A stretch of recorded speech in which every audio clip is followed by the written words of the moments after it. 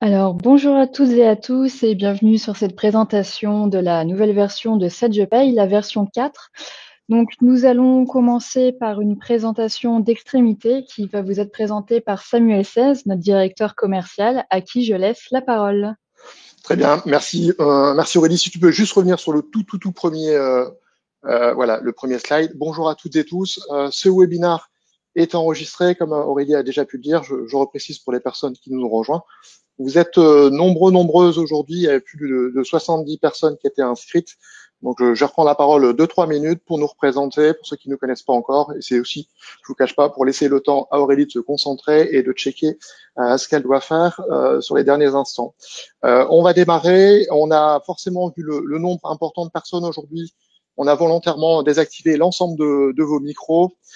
Si le temps le permet, on ne pourra pas réactiver les micros, mais on vous laissera la possibilité de poser l'ensemble de vos questions sur le chat. Et si on est contraint par le temps, on prendra les questions sur le chat et on reviendra vers vous pour vous répondre. Si tu peux y aller, s'il te plaît, Aurélie. Hop, super, merci. Donc, on va bien parler aujourd'hui de la dernière version Pay, la V4. Pour la plupart, vous êtes tous en 3 ou en 3.10. Là, on va parler de la V4. Rapidement, extrémité, qui nous sommes? On est une entreprise du service du numérique. On a 20 ans, même 21, parce qu'on vient de clôturer notre dernier exercice hier soir. Donc là, on va même rentrer dans notre 22e exercice. On est 30 collaborateurs passionnés et vous allez le voir, la passion nous anime et c'est aussi un moyen pour nous de partager cette passion-là en faisant des webinars et en partageant ce que l'on sait avec l'ensemble de nos clients et de nos prospects. On compte 650 clients qui ont tous un point commun, ils sont tous localisés sur notre belle région des Hauts-de-France. Que vous dire de plus? On a une offre transversale, globale et unique. Donc là, si tu veux bien cliquer, s'il te plaît, Aurélie, on va voir que l'offre, effectivement, elle est transverse. En haut à droite, on voit bien qu'on a un pôle gestion, hein, c'est ce qui nous réunit aujourd'hui. On intervient sur les logiciels Sage et également Cegid sur l'ensemble des domaines à couvrir dans une PME, dans une entité régionale. Donc, à savoir la paye et les ressources humaines. On va surtout parler de la paye ce matin, mais également sur la gestion commerciale, gestion comptable, financière, le reporting et tout autre domaine. On a aussi une équipe de développement pour venir compléter les logiciels Sage et Cegid si besoin est. On sait également partir d'une feuille blanche et vous accompagner sur un développement d'une application dont vous n'auriez pas trouvé votre bonheur sur le marché. Le digital, la partie création de sites web, que ce soit des sites institutionnels ou des sites marchands, on le fait également. La partie cloud en bas, il y a des solutions comme Sage qui peuvent être hébergées directement par l'éditeur ou par nos soins. Et après, on est capable d'héberger tout applicatif que vous voulez bien nous confier, sachant que on héberge vos applications dans un data center qui est ici en métropole lilloise, sur lequel ce sont nos machines. On a un accès en 24/7 entre guillemets. On fait ce qu'on veut sur ces machines pour vous assurer la sécurité de vos applicatifs. Télécom, certains d'entre vous sont déjà clients chez nous. On a des solutions de travail collaboratif et de téléphonie sur IP, notamment la solution 3CX qu'on utilise aujourd'hui, qu'on utilise nous au quotidien pour recevoir vos appels à la hotline, pour vous appeler bien évidemment et pour réaliser ces webinars comme on le fait aujourd'hui. La partie infra-réseau, on va vous fournir tout le matériel nécessaire pour pouvoir travailler. Ça va du PC à la souris, aux bornes Wi-Fi, au serveur, tout élément actif de sécurité. Et effectivement, la sécurité, c'est un domaine important. Aujourd'hui, sans tenir un discours anxiogène, beaucoup de PME sont, trop à mon goût, sont victimes d'attaques, de cyberattaques ou d'actes de malveillance. On est là pour vous accompagner, pour vous prémunir là-dessus. Et je vous annonce avec fierté, même si certains ont déjà suivi les derniers webinars, ils le savent déjà, mais je le rappelle, on est très fiers d'avoir obtenu le label Expert Cyber. On est figuré parmi les 50 premières sociétés labellisées par le site cybermalveillance.gouv.fr. Qu'est-ce que ça veut dire? Ça veut dire que nos compétences, autant techniques et nos capacités à vous accompagner en cas de sinistre ou pour vous prémunir d'attaques ont été reconnues par l'État. Donc, Cocorico, on est fiers de vous le dire. Moi, j'en ai terminé, Aurélie. Ça a été très rapide, mais j'espère que ça t'a permis de te préparer, de finir ta préparation. Et je vois qu'entre-temps, les derniers retardataires ont pu nous rejoindre. Je vous laisse l'antenne, chère Aurélie. Merci beaucoup Samuel. Bonne Merci. journée. Alors, on va attaquer la raison de votre présence aujourd'hui. Donc, les nouveautés de la version 4 de cette Je paye, qui est quand même assez riche en évolution. Donc, le premier point que nous allons aborder, c'est la possibilité d'importer les bordereaux de paiement des IJSS. Donc, nous allons voir dans la prochaine présentation. On va également parler des évolutions liées à l'indemnisation maladie, des évolutions sur déclaration sociale, donc des évolutions DSN, d'autres améliorations fonctionnelles qui sont quand même assez pratiques. On fera un point également sur les nouveautés SEE, donc SEE, c'est espace employé. Et j'ai ajouté en dernière minute un petit point 2022 pour vous parler brièvement de ce qui nous attend pour l'année prochaine. Donc, nous allons commencer par l'import des bordereaux de paiement IJ. La version 4 de 7 Je paye va intégrer un nouveau bouton dans la gestion des arrêts de travail. Donc, ce bouton s'appellera Gestion BPIJ. Et ça va nous permettre de récupérer directement dans la paye les bordereaux de paiement au format .xml. Donc .xml, c'est le même format que les taux de prélèvement à la source que vous importez tous les mois. Ce sera sur le même fonctionnement. Il faudra d'abord aller les récupérer sur NetEntreprise, puis après les intégrer en paye. Alors, l'intérêt des intégrer en paye, c'est quoi? Donc déjà, au niveau des indemnités sécurité sociale en paye, il y a 2 paramétrages possibles. Donc soit l'estimation automatique des indemnités sécurité sociale, c'est-à-dire que le logiciel effectue un précalcul des indemnités. Et ce qui était un peu contraignant avec ça, c'est que parfois, ça ne correspondait pas à ce qui avait été versé par la sécurité sociale. Donc là, avec la nouvelle fonctionnalité gestion des bordereaux de paiement des indemnités sécurité sociale, eh ben, vous aurez votre précalcul qui s'effectuera et via l'import du bordereau de paiement, la régularisation qui s'effectuera en automatique. Pour le second cas de calcul possible pour les indemnités sécurité sociale, c'est-à-dire la non-estimation, eh ben, là, la différence, c'est qu'au lieu de saisir directement vos montants versés par la sécurité sociale, vous pourrez également importer les bordereaux de paiement et déclencher vos rubriques d'IJSS net et brut. Donc voilà pour cette fonctionnalité, ça va tout de même être assez pratique, notamment avec l'estimation des indemnités sécurité sociale, parce que ça permettra le calcul en automatique des indemnités soumises ou non au prélèvement à la source. Donc le calcul, par exemple, dans le cas de la maladie, des 60 premiers jours soumis au prélèvement à la source pourra s'effectuer en automatique. Voilà pour ce point qui est vraiment une belle avancée sur le logiciel. Au niveau de l'indemnisation maladie, là aussi, il y a de l'évolution. Donc, l'indemnisation maladie, pour rappel, depuis les versions 3 de cette Je paye, on a la possibilité de paramétrer en automatique le calcul des taux d'indemnisation de vos salariés. Donc, le calcul des taux d'indemnisation en fonction, bien sûr, du légal ou de vos accords d'entreprise et ou de vos conventions collectives. Donc la possibilité pour le logiciel de déclencher en fonction d'une catégorie le nombre de jours à indemniser et enfin quand votre salarié a consommé, on va dire, la totalité de ses premiers jours à un taux d'indemnisation, de déclencher le second taux. L'intérêt aussi de cette indemnisation maladie, c'est la possibilité derrière de faire des extractions et d'avoir un suivi sur ce point. Autre modification qui a été apportée sur l'indemnisation maladie, maintenant, on a la possibilité de mettre une constante pour gérer la carence. Donc, dans les précédentes versions de paye, dans vos bulletins modèles ou dans vos paramètres de paye, on venait indiquer un nombre de jours de carence qui était un nombre de jours fixe. Et maintenant, on a la possibilité encore d'aller plus loin dans la personnalisation et de définir des jours de carence aléatoires en fonction de la catégorie de votre salarié. Modification aussi qui a été apportée, la possibilité de sélectionner le choix jour de la semaine. C'est-à-dire que ce choix jour de la semaine, ça va pouvoir déclencher de l'indemnisation, même si un jour est considéré comme férié dans votre calendrier de paye.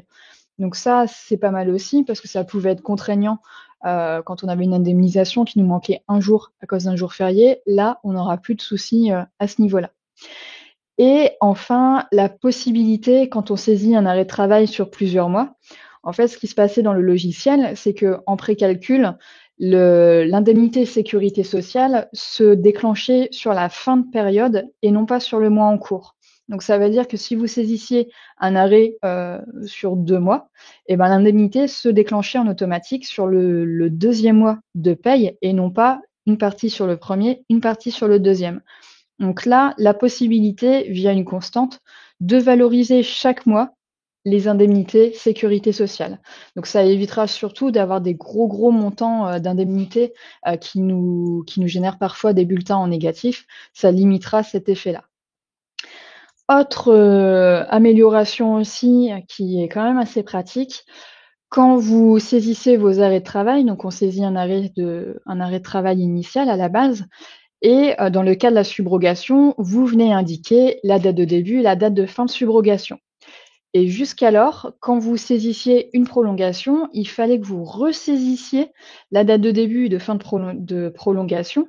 Donc on va dire des années auparavant, ça posait pas trop de problèmes si on oubliait de mettre les dates de subrogation, mais sur les dernières versions de déclaration sociale, vous avez dû vous rendre compte qu'il y a des anomalies qui commençaient à arriver, vous indiquant que la date n'était pas renseignée.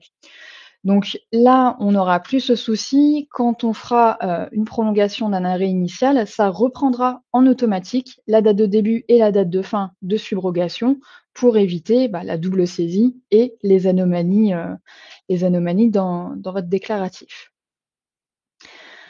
Au niveau de la DSN, évolution aussi. Donc DSN, vous savez que ça évolue régulièrement. Tous les ans, on a des évolutions. On a eu des améliorations là qui ont été effectuées sur déclaration sociale. Donc, avec la version 4 de 7 Je paye, on a un nouveau module déclaration sociale qui est du coup la version 12. Dans les améliorations qui ont été effectuées, on a au niveau de la calculatrice, vous savez, quand vous êtes dans votre DSN, à côté de chaque montant, vous avez une petite calculatrice qui vous permet de voir les rubriques ou les constantes qui sont alimentées. Et une des problématiques, c'était que si on cliquait sur la calculatrice, la totalité des rubriques présentes dans le paramétrage était affichée, qu'elles soient alimentées ou non. Donc là, ça va être beaucoup plus clair. Quand vous cliquerez sur la calculatrice, seules les rubriques qui sont alimentées se déclencheront et on ne verra que les montants du parent associé. Alors, pour ceux pour qui c'est pas clair, en DSN, on a des champs qui sont alimentés, donc des S21, G00, etc. Et au niveau de ces codes DSN, on a ce qui s'appelle des énumérés. Donc par exemple 02, 03 pour dire c'est du brut, c'est du plafonné. Et avec l'arrivée l'année passée du déclaratif en nominatif des cotisations URSSAF, on a eu un autre niveau de visibilité qui est l'énuméré par an. Et bien là, vous n'allez voir que les montants liés aux parents associés. C'est-à-dire que quand vous cliquerez sur la calculatrice sur un code type 076 pour de l'URSSAF, et ben vous ne verrez que le 076 du parent qui est alimenté. Donc vraiment, la simplicité au niveau du contrôle, ce sera beaucoup moins fastidieux de retrouver quel montant est alimenté ou pourquoi ma rubrique n'est pas alimentée. Autre nouveauté aussi, au niveau du contrôleur, donc le contrôleur que vous lancez tous les mois avant d'envoyer votre DSN, on sait que parfois au niveau de la description, c'est pas forcément très clair, le langage utilisé n'est pas forcément des plus simples. Et ben, pour pallier à ça, une nouvelle colonne va apparaître, l'onglet complément, qui vous donnera plus de précision et des précisions, on va dire, beaucoup plus claires sur le pourquoi de votre anomalie. Donc ça vous permettra de corriger plus facilement vos anomalies DSN et surtout, ça vous permettra de cibler dans la paye de où provient l'anomalie. Parce que je sais que je me répète, mais pour rappel, c'est pas normal que vous ayez tous les mois des mêmes anomalies qui reviennent d'un mois sur l'autre. Il faut les corriger côté paye pour éviter tous les mois se retrouver avec une tonne d'anomalies à corriger. Voilà pour cette petite optimisation du contrôleur. Alors, optimisation du contrôleur, vous avez l'habitude, ça arrive assez régulièrement, au moins une fois par an. Vous savez que de nouvelles anomalies apparaissent à chaque nouvelle version de contrôleur. Alors, pourquoi des nouvelles anomalies apparaissent? Eh ben, le contrôleur va toujours plus loin dans ses contrôles. Je pense par exemple l'année passée où vous avez commencé à avoir des avertissements sur les motifs de fin de contrat de salariés qui sont en CDI. Donc, Un salarié qui est en CDI ne doit pas avoir un motif de contrat CDD, accroissement temporaire d'activité ou remplacement d'un salarié. Ça, vous l'avez peut-être toujours eu dans votre paye, mais ça a commencé à se déclencher en DSN qu'à partir de l'année passée. Même si pour l'instant, ça n'est qu'un avertissement, rien ne nous garantit qu'un jour, cette anomalie ne deviendra pas bloquante. Donc, pour vous éviter d'un jour d'avoir énormément d'anomalies dans votre DSN, pensez bien à corriger au fur et à mesure dans votre logiciel de paye tout ce que vous pouvez rencontrer. Toujours au niveau des évolutions liées à la DSN, l'année passée, en début d'année, l'URSSAF a demandé à ce que dans la DSN soient déclarées les cotisations agrégées. Donc, pour parler dans un terme, pour vulgariser un petit peu tout ça, jusqu'alors, on avait un bordereau URSSAF, donc un bordereau de cotisation avec des codes DUX qu'on appelle également code CTP. Et ce tableau était uniquement un tableau par établissement.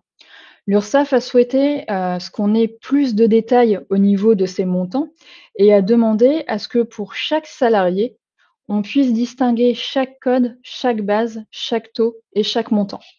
Donc ça, c'est ce qu'on a mis en place en début d'année. Et pour mettre en place ce paramétrage, donc cette évolution déclarative, on est passé par les variables. Et dans les variables, il y avait quelque chose de pénible, c'est que déjà dans un premier temps, on ne voyait que 3 ou 4 rubriques à l'affichage, il fallait descendre avec le menu pour voir un peu plus.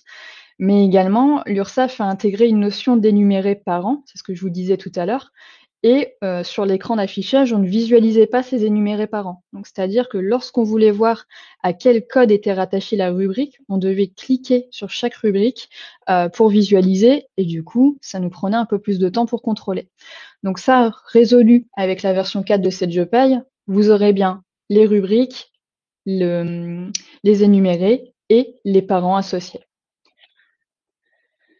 Au niveau de l'édition des cotisations URSSAF, donc cotisations URSSAF, ça a vraiment été le gros chantier, on va dire, de cette année. Au niveau des éditions de synthèse des montants, alors il y avait quelques problématiques. Déjà, tous les codes n'apparaissaient pas sur l'état qu'on éditait. Donc là, l'éditeur vous a ajouté 10 nouveaux codes dans le bloc 78, 2 nouveaux énumérés dans le bloc 79 et 47 nouveaux énumérés. Donc là, ça veut dire qu'on a vraiment la totalité des codes utilisés qui vont être édités sur votre document. Autre modification aussi, toujours au niveau de ce bloc 81, donc le bloc des cotisations individuelles où remontent entre autres l'URSSAF et la retraite, on avait des lignes qui apparaissaient à 0. Je pense notamment, par exemple, au complément maladie ou au complément allocation familiale. Même si un salarié n'était pas assujetti, on avait une ligne avec la base à 0, le taux d'alimenté et le montant à 0. Et bien là, sur la prochaine version, vous n'aurez plus que les lignes qui sont alimentées. Donc, c'est-à-dire que toutes les lignes qui sont à 0 n'apparaîtront pas sur le bordereau nominatif. Alors, pourquoi ça a été fait comme ça? C'est notamment une demande de l'URSSAF qui ne veut pas récupérer des montants à 0. Donc, forcément, pas nécessité pour vous de les visualiser dans la DSN. Petit rappel aussi sur l'URSSAF, en 2021, donc en ce début d'année, on a eu l'obligation, dans un premier temps, de mettre en place ce déclaratif nominatif, donc le détail par salarié de chaque cotisation. En mars 2021, il y a le guide ACOS qui nous a apporté quelques précisions là-dessus, et notamment une précision qui indique qu'il est toléré une application des modalités déclaratives en cours d'année 2021. Alors, en d'autres termes, qu'est-ce que ça veut dire? Ça veut dire qu'on n'est pas obligé en 2021 de déclarer en nominatif les cotisations URSSAF. Alors, c'est pas pour autant qu'il faut pas le faire, parce que en 2022, ce sera obligatoire. Et là, ça veut surtout dire que ça nous laisse 1 an pour s'assurer que tout est fonctionnel. Donc, pour rappel, au niveau de chaque salarié, vous avez vos blocs URSSAF qui sont alimentés en S21 G0081. Et pour chaque ligne, donc pour chaque énuméré, vous devez avoir une base, un taux et un montant. Et la base multipliée par le taux doit être égale au montant. Alors ça paraît peut-être logique, mais je vois encore, dans le cadre de l'assistance, des lignes qui sont pas forcément bien alimentées. Comment c'est possible? Eh ben, imaginons que pour une raison quelconque, vous ayez, dans votre paramétrage des variables, repris, que le montant patronal d'une cotisation, par exemple sur l'Urssaf vieillesse. Si vous n'avez repris que le montant patronal, eh ben, forcément, il manque la part salariale dans le montant. Donc on peut s'attendre à ce qu'en 2022, il y a encore plus de contrôle et du coup que toutes les bases multipliées par Pareto qui ne seraient pas égales au montant, vous déclencherez des anomalies. Donc là, le temps que c'est un peu calme, profitez-en pour rejeter un coup d'œil à vos bases, vos taux, vos montants pour vous assurer qu'en 2022, on sera serein à ce niveau. Et ça explique aussi pourquoi que malgré des anomalies, l'Urssaf ne vous ait jamais fait de retour sur les anomalies que vous avez pu constater. Toujours, concernant ce bordereau Urssaf nominatif, pour 2022, alors on pourrait déjà l'appliquer, maintenant, mais on est encore en attente d'informations de la part de l'Urssaf. On sait que, la base fois le taux doit être égal au montant. Donc là, on a une problématique, notamment avec les apprentis qui ont une base de cotisation qui, en fonction de leur rémunération, va déclencher ou non des cotisations salariales. Donc, par exemple, un apprenti qui aurait une rémunération brute supérieure à 79% du SMIC, au niveau de l'Urssaf vieillesse, cotiserait au taux plein. Là, actuellement, ce qui était fait dans votre DSN, c'est que on avait une ligne avec l'énuméré Urssaf vieillesse et on avait un taux à 2,90 multiplié par la base qui ne correspondait pas forcément au montant total. Parce que comme le salarié bénéficie pour la partie inférieure à 79% d'une exonération salariale, bah forcément, sur la part au-delà, le taux appliqué n'était pas le même. Donc, on va avoir une nouvelle notion qui s'appellera rupture dans la DSN. Ce sera utilisé dans un premier temps pour les apprentis et en fait, ça nous permettra d'avoir deux lignes. Une première ligne avec le taux comprenant l'exonération et une seconde ligne sur le même énuméré avec un taux concernant la cotisation complète. Donc ça, il y aura encore un peu de travail à faire en 2022 sur ça, notamment pour les apprentis. Mais après, il y aura également cette notion de rupture sur tout ce qui va être la CSG-CRDS sur les revenus de remplacement, qui ne sont pas un taux identique aux revenus d'activité. Donc ça, pour l'instant, juste pour vous dire qu'il y a cette nouveauté, qu'on va avoir des systèmes de rupture, donc plusieurs niveaux au niveau du déclaratif, avec juste pour objectif que la base multipliée par le taux soit égale au montant et qu'il y ait une demande de l'organisme URSSAF pour l'année prochaine, pour 2022. J'en ai fini pour ces évolutions DSN. On va maintenant voir les autres évolutions fonctionnelles. Donc vous allez voir qu'il y a pas mal de petites modifications qui vont nous faciliter la vie. La première, ça fait des années qu'on me pose la question, est-ce que c'est possible de mettre en automatique la rubrique d'acompte pour la génération des acomptes? Donc jusque-là, ma réponse était non, il faut bien faire attention à bien les récupérer la rubrique d'acompte. Et bien, dès la version 4, nous n'aurons plus ce problème. On pourra définir dans les paramètres de paye quelle est la rubrique d'acompte pour que la génération se fasse en automatique dans la bonne rubrique. Donc peut-être une petite évolution, mais qui quand même évitera les soucis de la génération de l'acompte dans la première rubrique non soumise de la liste. Ensuite, on aura au niveau des rubriques, donc chaque rubrique de votre paye, on va avoir un onglet supplémentaire qui va être intégré. Ce sera l'onglet constante. Alors, à quoi ça sert d'avoir l'onglet constante? Ça nous permettra de visualiser quelle constante de type rubrique est alimentée par ce code. Alors, pour rappel, dans la paye, on a des rubriques, ce qui s'affiche sur votre bulletin de paye, et on a des constantes. Donc les constantes, c'est des formules de calcul, et dans ces formules de calcul, certaines réintègrent d'autres rubriques. On va prendre un exemple que tout le monde connaît, la réduction générale des cotisations patronales, donc anciennement appelée la réduction Fillon. Et ben, dans le cadre de la réduction Fillon, on a plusieurs rubriques qui vont impacter les calculs. On a notamment les rubriques de salaire et les rubriques d'absence, de maintien et d'IJSS. Eh bien là, quand vous allez créer une nouvelle rubrique ou quand vous allez vérifier quelque chose, vous verrez directement dans l'onglet Constantes qu'est-ce qui est impacté par ma nouvelle rubrique. Donc auparavant, on pouvait déjà visualiser quelle rubrique impactait quelle constante. Il fallait qu'on fasse clic droit, paramétrage, non, clic droit, pardon, liste des dépendances, paramétrage. On avait toute la liste, mais ça voulait dire qu'il fallait qu'on fasse ça, cette manipulation sur chaque rubrique pour visualiser. Donc là, vraiment une simplification et surtout, ça limitera le risque d'erreur parce qu'on prendra le réflexe quand on va créer quelque chose d'aller s'assurer qu'au niveau paramétrage des constantes, ce soit correct. Possibilité de désaffecter les codes population. Alors, les codes population, c'est ce qu'on retrouve sur certains contrats sociaux qui sont fournis par vos organismes complémentaires. Donc, ce n'est pas obligatoire d'avoir un code population sur un contrat social. Et parfois, l'inverse se présente. Vous avez un contrat social sur lequel vous aviez un code population et l'année d'après, votre organisme décide de ne plus mettre de code population. Donc là, ce que faisait le logiciel par défaut, c'est qu'il vous mettait le premier code population de la liste, il l'affectait directement à vos salariés. Mais quand un organisme nous demandait d'enlever les codes population, on n'avait que deux possibilités, soit recréer un nouveau contrat social, ou alors de passer sur chaque salarié et de venir supprimer manuellement chaque code population. Donc là, via le menu annexe modification en masse, on aura la possibilité de désaffecter sur un contrat social la totalité des codes population. Donc pareil, un gain de temps pour ceux à qui on aurait cette modification.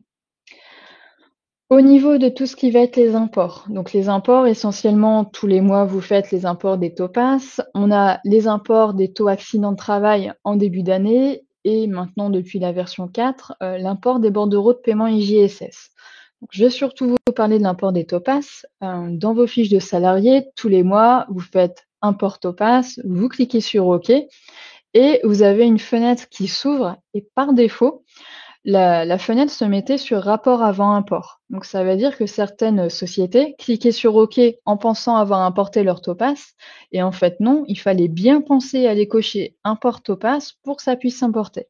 Donc là, on n'aura plus ce souci, import Topaz va être coché par défaut. Donc quand vous aurez vos taux, quand vous allez cliquer sur OK, par défaut, l'import Topaz s'indiquera, ce qui évitera les soucis et notamment l'oubli d'import des taux.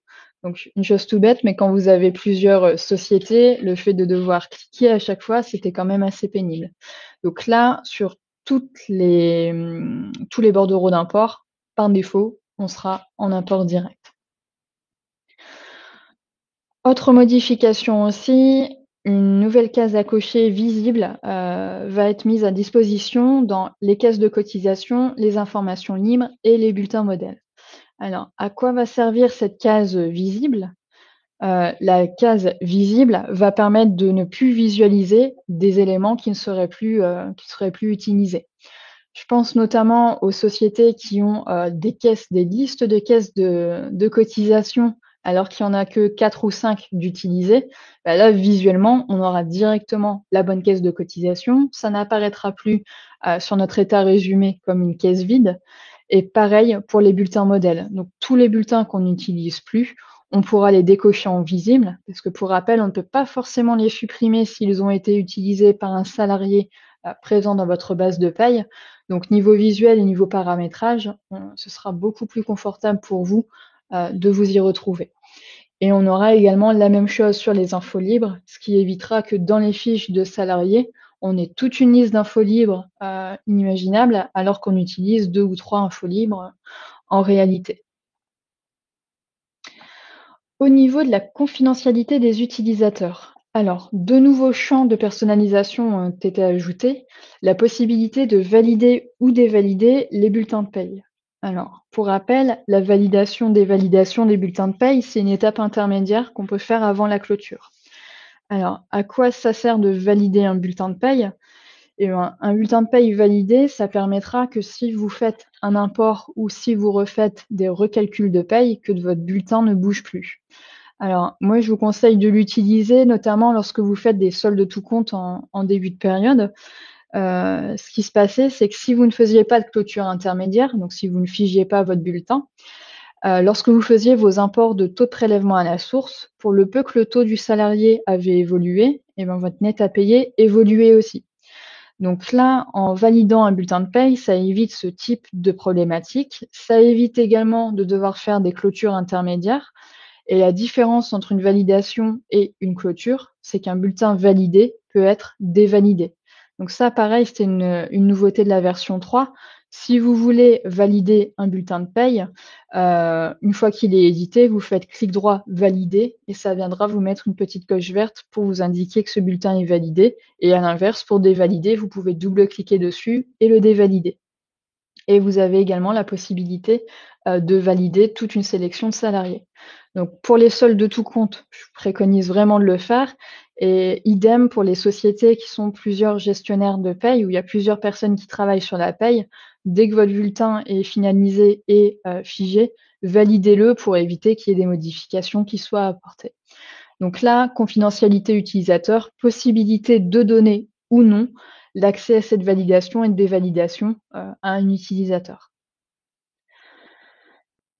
Autre nouveauté également au niveau des bulletins détaillés. Alors actuellement, on a les bulletins clarifiés, ceux qu'on communique aux salariés. Ces bulletins clarifiés sont, on va dire, sont bien. Visuellement, ils sont synthétiques, mais par contre, on s'est vite rendu compte que pour les contrôles, c'était très, très pénible de ne pas avoir les taux patronaux, de ne pas avoir les codes rubriques et de ne pas avoir le détail. Donc, on a la possibilité de toujours garder un jeu de bulletins complets, mais la problématique, c'était que sur ces bulletins détaillés, on n'avait pas le bloc prélèvement à la source. Donc, il n'était pas intégré dans les bulletins détaillés. Donc, si on voulait contrôler cette notion, il fallait qu'on reparte sur un bulletin clarifié. Donc là, tous les bulletins de type papier blanc, donc tous les bulletins standard Sage de type papier blanc, vont intégrer le bloc impôt sur le revenu avec la base, le taux et le montant de prélèvement à la source. Donc ceux qui ont personnalisé leur bulletin de paye détaillé, vous avez la possibilité de l'ajouter. Sinon, pour ceux qui utilisent les bulletins standard Sage, en automatique, ça viendra s'intégrer dans vos bulletins de paye. Possibilité d'éditer les régularisations PASS de type 4. Alors, les régularisations de type 4, c'était les régularisations de prélèvement à la source qui n'impactent pas, les régularisations de net fiscal qui n'impactent pas le prélèvement à la source. Alors souvent, c'était des régularisations des années antérieures. Et en fait, on n'avait pas possibilité pour ce type de régularisation d'éditer la liste des régularisations et des montants effectués au niveau des salariés. Donc ça, j'ai envie de dire, normalement, vous ne faites pas trop de régularisation de prélèvement à la source. Pour rappel, les seules régularisations qu'on est censé faire, c'est lorsque l'erreur vient de l'employeur, pardon. Et à mon sens, la seule erreur que peut faire l'employeur au niveau du prélèvement à la source, c'est oublier d'importer pendant plus de 2 mois ces taux PASS. Parce que vos taux de prélèvement à la source ont une durée de validité de 2 mois. Donc, pour que les taux passent sur le barème fiscal, il faudrait que pendant 2 mois, on oublie de le faire. Et si tel était le cas, vous auriez l'obligation de régulariser pour chaque salarié le montant qui a été soumis et le taux. Toujours sur les bulletins de paye, la CNIL a fait une petite remontée sur le numéro de sécurité sociale qui apparaissait encore parfois sur certains bulletins de paye. Donc, à savoir que ce numéro de sécurité sociale est considéré comme une donnée sensible qui ne doit pas apparaître sur les bulletins de paye. Et donc, par défaut, Sage a supprimé le numéro de sécurité sociale de tous ces formats de bulletins. Donc, c'est normal que le numéro de sécurité sociale n'apparaisse plus sur le bulletin. Et normalement, sur les bulletins clarifiés, donc c'était en 2017 ou 2018, cette notion aurait déjà dû être supprimée. La plupart du temps, c'est fait, hein, mais là, en standard, on n'aura plus du tout le champ numéro de sécurité sociale affichable sur votre bulletin de paye. Toujours en parlant du bulletin, vous savez qu'il y a un décret qui nous a formalisé notre bulletin de paye clarifié, donc qui nous oblige à un certain affichage, notamment de risques et de sous-risques et de blocs obligatoires en bas du bulletin de paye. Je suis heureuse de vous annoncer qu'un arrêté devrait être publié, alors on n'a pas de date précise, mais ça ne saurait tarder, on va dire. Et cet arrêté prévoirait des modifications au niveau de l'affichage. Donc qu'est-ce qui nous attend? Déjà, on va avoir des risques et des sous-risques qui vont être inversés ou qui devraient être inversés. Donc je ne sais pas vous communiquer quel risque va apparaître avant. Des nouveaux risques vont apparaître, certains risques vont être renommés et de nouvelles informations qui devraient être ajoutées en pied de bulletin. Donc pour éviter d'avoir trop de modifications à faire dans les paramétrages des risques et sous-risques de cette je paye, des nouveaux champs ont été ajoutés pour permettre d'insérer des codes risques ou des codes sous-risques, de les insérer après d'autres pour pouvoir les moduler. Donc là, j'ai pas de date à vous communiquer pour cet arrêté, juste garder à l'esprit que ça risque d'arriver, qu'il y aura des modifications, que ces modifications, comme elles seront publiées par arrêté, seront obligatoires. Ce qui veut dire que si vous utilisez un bulletin standard Senge, le bulletin sera adapté, bien sûr. Par contre, si vous avez des bulletins personnalisés, il y aura sûrement de nouvelles personnalisations à effectuer au niveau de vos bulletins de paye. Donc des nouveaux champs à insérer, ça peut être tout et n'importe quoi, d'autres qui vont être modifiés.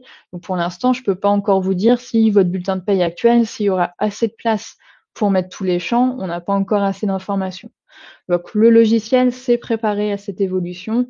Maintenant, il faut qu'on attende la date de l'arrêté et puis de voir à partir de quand c'est applicable.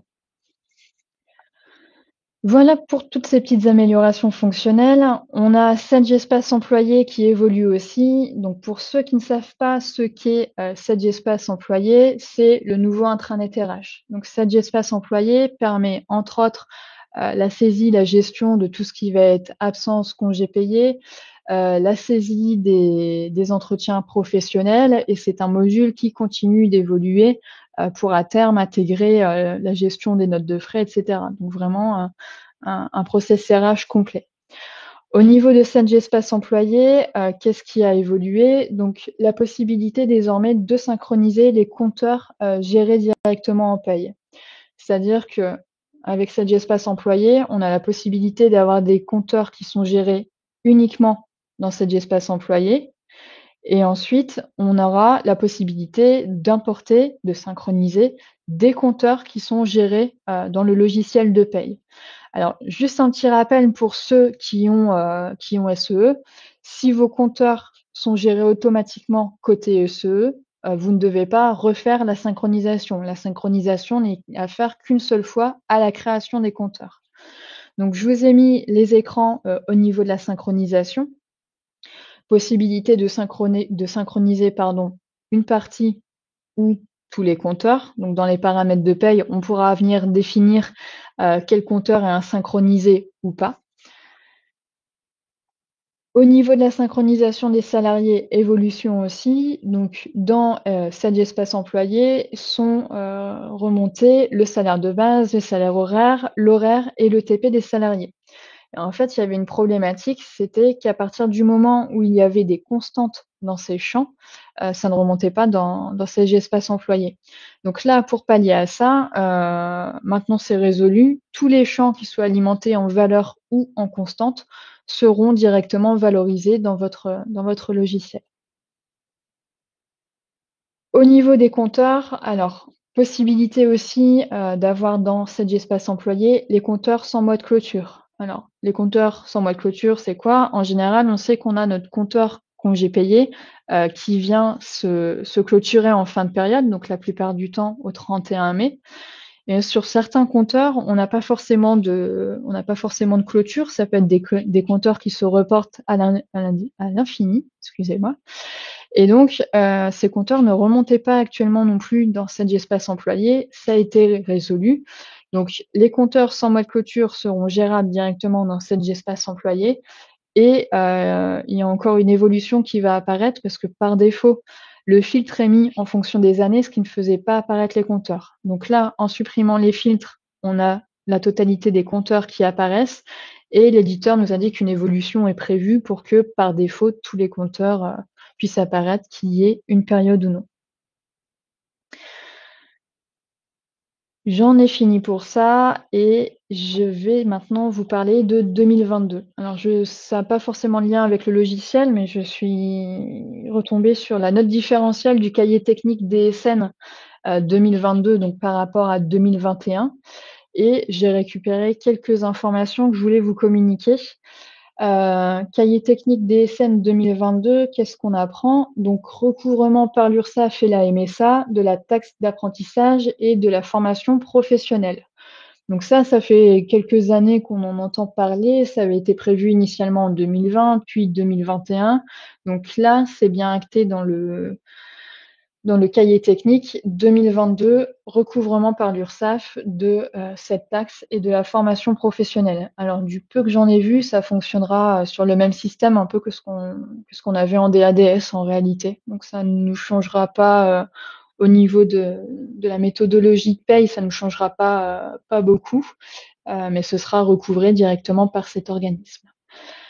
Autre information aussi, où là, c'était pas forcément clair pour tout le monde. En 2022, ça serait l'URSSAF qui gérerait les cotisations retraite. Donc ça veut dire que dans vos DSN, on n'aurait plus l'organisme Agir Carco au niveau du paiement qui apparaîtrait, mais on aurait bien ces cotisations au niveau du bloc agrégé URSSAF, donc dans le bordereau, ce qu'on appelait avant le bordereau DUX, le bordereau de cotisation agrégée. Et ça veut dire aussi qu'on l'aura en nominatif, donc sur le même principe que les cotisations URSSAF actuelles, avec base, montant et taux. Donc pour l'instant prévu en 2022, bien sûr, c'est des prévisions. Je ne peux pas vous garantir que ce sera sûr que ce sera en janvier 2022, mais pour l'instant, c'est prévu. Nouvel entrant dans le cadre de la DSN, c'est l'entrée du CIBTP. Pareil, ça fait des années qu'on entend que la CIBTP va entrer en DSN. Normalement, cette fois, c'est la bonne. Janvier 2022, intégration de la CIBTP dans le déclaratif. Et dernier point, la DSN de fin de contrat de travail unique qui sera obligatoire pour les attestations Pôle emploi. Alors, au niveau des attestations Pôle emploi, on va refaire un petit point rapide là-dessus. Depuis le 1er juin, vous n'avez plus la possibilité de faire des attestations Pôle emploi papier. C'est refusé catégoriquement par les Pôle emploi. Et pour ceux qui ne feraient pas encore de DSN de fin de contrat de travail, si vous faites des attestations sur le site de Pôle emploi, cette fois-ci, on ne récupère plus 12 mois d'antériorité, mais 36 mois.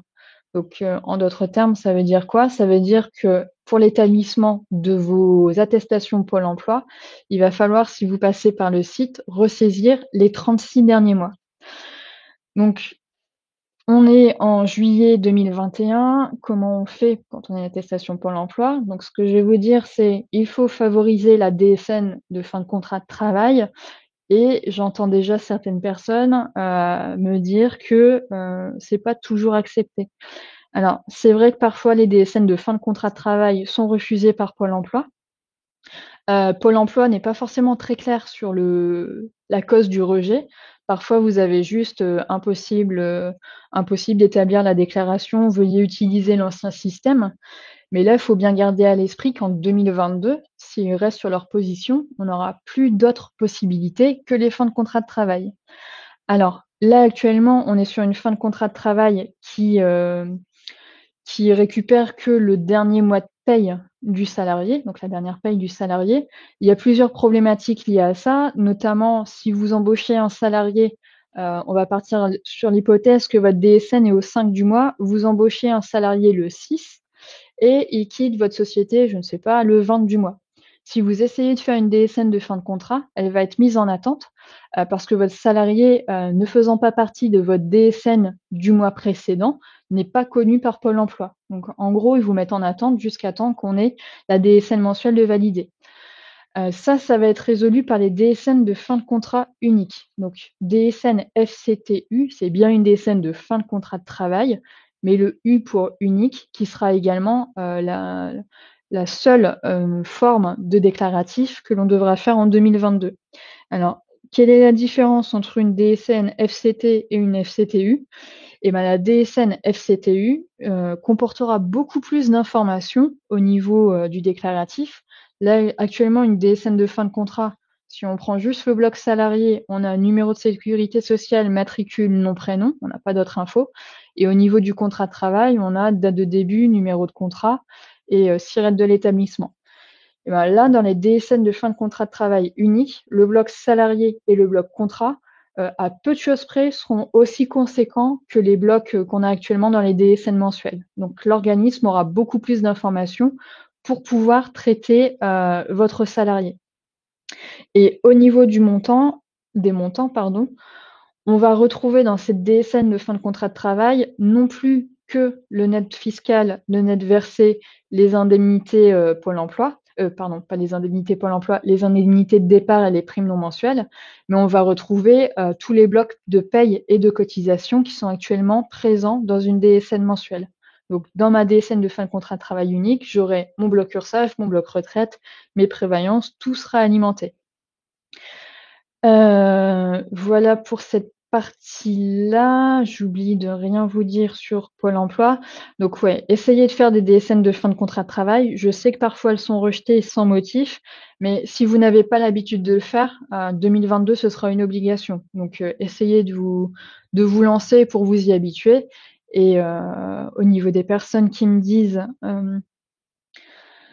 est-ce que je peux toujours faire des AED? Oui, on peut toujours faire des AED, mais jusqu'au 31 décembre 2021. Passé cette date, ce sera obligatoirement la DSN de fin de contrat de travail unique. Je ne l'ai pas précisé sur ma diapo, mais j'aurais pu aussi. En 2022, on va avoir l'arrivée aussi des DSN d'amorçage. Donc, je vous en avais déjà parlé l'année passée et même l'année d'avant. DSN d'amorçage qui sera un nouveau type de signalement. La DSN d'amorçage sera effectuée à l'arrivée de votre salarié. Donc, ça ne va pas remplacer les déclarations uniques d'embauche, la DUE, mais ça permettra, entre autres, de récupérer les TOPAS de votre salarié. Actuellement, vous embauchez un salarié aujourd'hui, vous ne récupérez ces TOPAS que le mois prochain, une fois qu'il sera passé dans une première DSN mensuelle et que la DGFiP vous aura rematérialisé son taux de prélèvement à la source. Donc là, avec la DSN d'amorçage, votre salarié on vient d'indiquer votre salarié fait partie de votre société, donc possibilité de récupérer les TOPAS, mais aussi ça accélérera les affiliations auprès des mutuelles et des prévoyances. Donc si il arrive quelque chose à un salarié sur son premier mois et qu'il est à cheval sur votre première DSN, et ben dans ce cas-là, il sera directement affilié et pourra bénéficier tout de suite de ses droits. Voilà pour cette partie. Alors, je vois qu'il y a plusieurs questions sur le chat. Je vais essayer d'y répondre. N'hésitez pas à poser vos questions directement. Comment importer des IGSS? Alors, ok, les IGSS, c'est vrai que c'est un gros point. Je vais revenir au tout début de la présentation. Hop, rapidement. Ici, dans les arrêts de travail, dans le menu gestion arrêt de travail, un bouton gestion des bordereaux de paiement indemnité sécurité sociale qui permettra d'importer les fichiers .xml qui sont mis à disposition sur les tableaux de bord de Net Entreprise. Donc, ça permettra de déclencher en paye en fonction du paramétrage existant, soit la régularisation si vous avez une estimation automatique des indemnités sécurité sociale. Donc ça veut dire mon salarié est en arrêt, mes indemnités sont calculées en automatique par le logiciel. J'importerai les bordereaux de paiement une fois que je les aurai reçus et ça me fera la régularisation en plus ou en moins. Et si vous n'appliquez pas l'estimation des indemnités sécurité sociale, donc actuellement, si vous saisissez lorsque vous avez reçu les bordereaux de paiement, bah là, ça viendra vous déclencher également la rubrique en fonction des montants qui ont été perçus. Alors, pour l'attestation Pôle emploi, j'ai toujours des erreurs. Alors, les erreurs, si elles sont spécifiées par l'organisme, il faut les corriger. Donc, mais après, je sais que parfois, l'organisme ne vous indique pas quelle est l'anomalie. Alors, on l'a plus en ce moment, mais un exemple tout bête, quand c'était en 2019, il y a eu la prime pouvoir d'achat, aussi appelée la prime Macron. Dans le cahier technique des SN, dans la précipitation, ils nous avaient communiqué un code qui était le 051. Et en fait, on s'est aperçu que Pôle emploi ne savait pas gérer ce code. Donc, ça voulait dire que pour tous les salariés qui avaient eu à l'époque une prime pouvoir d'achat, leur DSN était systématiquement rejeté en fin de contrat, alors que vous aviez appliqué le code qui était correct et qui était communiqué. Donc ça, c'est tous des ajustements que Pôle emploi a effectués ou va effectuer. Mais générez vos fins de contrat pour commencer à vous habituer, s'il y a des anomalies, à les corriger, pour pas vous retrouver bloqué en 2022. Parce que là, tel que c'est annoncé, 2022, il n'y aura pas de choix. Alors, au niveau des délais pour les DSN de fin de contrat, c'est aléatoire. J'ai déjà vu faire une DSN de fin de contrat et aller même en moins d'1 heure recevoir l'attestation Pôle emploi. Mais en fonction des flux, parfois, j'ai déjà vu attendre 3, 4, 5 jours pour recevoir l'attestation Pôle emploi. Donc ça, pareil, si tout le monde envoie des DSN de fin de contrat dès à présent, Pôle emploi va se rendre compte s'ils ont des problèmes de gestion de flux et pourront s'adapter pour que ça fonctionne correctement en 2022. Mais là, à l'avance, je peux pas vous dire si ça mettra 1 heure, 2 heures ou 48 heures pour recevoir les attestations Pôle emploi. Alors, une bonne question aussi sur les DSN de fin de contrat qui sont rejetés pour des durées négatives ou des montants négatifs. Ça, on en parle assez régulièrement. Dans votre DSN mensuel, un salarié qui a un montant négatif, ça n'est pas bloquant. Donc, aucune anomalie DSN. Par contre, lorsqu'on essaye de rétablir une DSN de fin de contrat, Pôle emploi peut vous rejeter votre déclaration pour un motif salaire négatif ou durée négative sur un des mois. Donc oui, c'est une problématique actuellement. Pôle emploi est au courant et on ne devrait plus avoir ce type de problème ou tout du moins pouvoir corriger en 2022 ces anomalies. Parce qu'en effet, à date d'aujourd'hui, si j'ai une anomalie sur un mois antérieur, je ne peux pas le corriger, je suis obligée de passer par l'AED.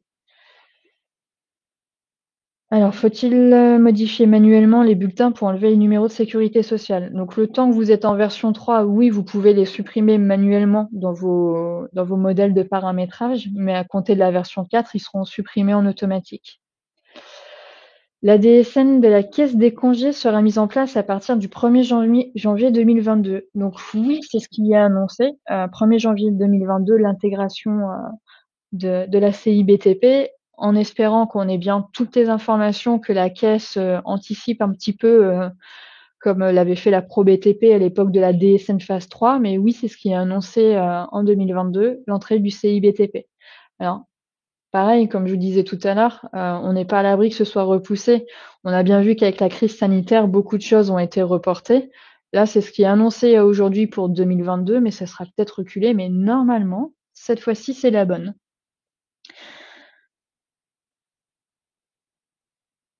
Oui, et pour les particularités sur les attestations Pôle emploi, qui travaillent un nombre de jours, par exemple 2 jours dans le cas qui m'est cité, actuellement, oui, en effet, pour une DSN de fin de contrat de travail, ça ne peut pas fonctionner parce que le temps que votre salarié n'est pas passé dans la DSN mensuelle, votre salarié ne peut pas avoir la DSN de fin de contrat.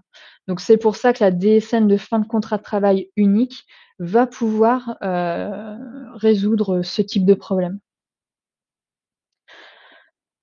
Voilà. Est-ce que vous avez d'autres questions, notamment au niveau des nouveautés du logiciel de paye, de la version 4? Donc version 4 de 7 Je paye, version 12 de déclaration sociale. Petit point concernant les mises à jour de ce logiciel, les éternelles préconisations, il faut absolument que vous soyez sur une version de paye au moins 3.10, 3.10 ou 3.11 pour pouvoir passer en version 4. Cette mise à jour, vous pouvez l'effectuer de par vous-même, mais pensez bien à faire vos sauvegardes. Je vous en prie, faites bien toutes les sauvegardes pour le faire. Sinon, comme d'habitude, on peut vous accompagner par les interventions à distance et faire vos mises à jour. Il n'y a pas de problème, comme d'habitude. Pas de mise à jour de paye quand vous êtes en train de faire votre paye en pleine paye. Ça, je pense que vous avez l'habitude. Mais au niveau du déroulement des mises à jour, c'est comme assez habituel. Donc là, c'est pas un patch, c'est bien un changement de version. Donc un peu plus lourd que de passer de 3 à 3.10. Mais au niveau du fonctionnement, c'est toujours les mêmes prérequis. Alors, est-ce que je conseille d'installer la V4 dès à présent? Il y a quand même pas mal de fonctionnalités qui sont pratiques, notamment les bordereaux de paiement EJ, toutes les autres améliorations fonctionnelles. Après, ce n'est pas une obligation de le faire. Votre paye va continuer de tourner, si vous n'êtes pas en version 4.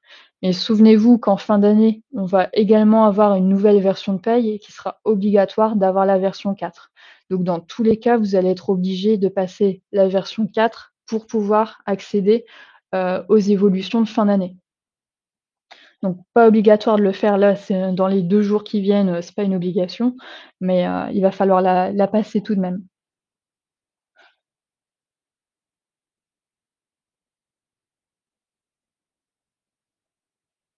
Hop,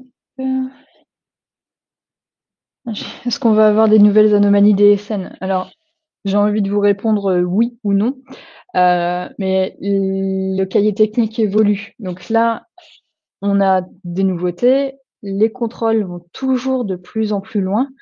On peut s'attendre à ce que deviennent bloquantes les problématiques au niveau de l'URSSAF qui actuellement ne vous posent pas de problème. Donc c'est pour ça, essayez de revérifier un petit peu quand vous faites une DSN, au moins un salarié de chaque type. Est-ce que j'ai bien une bonne base, un taux? Est-ce que si je fais la base fois le taux, c'est bien égal au montant? Pour vous éviter sur la première DSN de l'année, la DSN de février 2022, de vous retrouver avec tout un tas d'anomalies qui étaient déjà présentes dans votre paye, mais que le contrôleur ne détectait pas. Alors, quand la version 4 sera-t-elle disponible? Alors, elle est déjà mise à disposition. Vous avez reçu un mail de notre part vous indiquant de ne pas l'installer tout de suite. Alors pourquoi faire ça? C'est juste le temps qu'on fasse quelques tests pour s'assurer qu'il n'y ait pas de souci. Donc moi là, je l'ai installée depuis déjà, je pense que ça fait 2 semaines qu'elle tourne sur mon poste. J'ai testé toutes les fonctionnalités que je vous ai communiquées, les imports de bordereaux de paiement, la gestion de ma rubrique d'acompte en automatique, niveau des bulletins modèles, etc. J'ai fait un peu tous les tests. J'ai pas détecté de soucis particuliers. Alors, le nouveau bulletin clarifié est à mettre en place à quelle date sans le NIR? Alors, en fait, ça aurait déjà dû être en place depuis le premier décret sur le bulletin clarifié. À l'époque, c'était pas dit il ne faut pas mettre, c'était indiqué, je sais plus comment ils avaient précisé ça, mais en gros, c'était indiqué le numéro de sécurité sociale n'est plus obligatoire. Mais là, la CNIL a vraiment indiqué que c'était une donnée sensible et qu'elle ne devait pas apparaître sur le bulletin de paye. Donc ça va pas être fixé par le décret bulletin clarifié, mais ça devrait déjà ne plus être sur vos bulletins de paye. Donc là, si vous en avez encore qui traînent, vous passez par le bouton fichier, paramétrage bulletin et état, et sur tous les bulletins sur lesquels vous avez encore le numéro de sécurité sociale qui s'affiche, vous supprimez simplement le champ pour plus que ça apparaisse.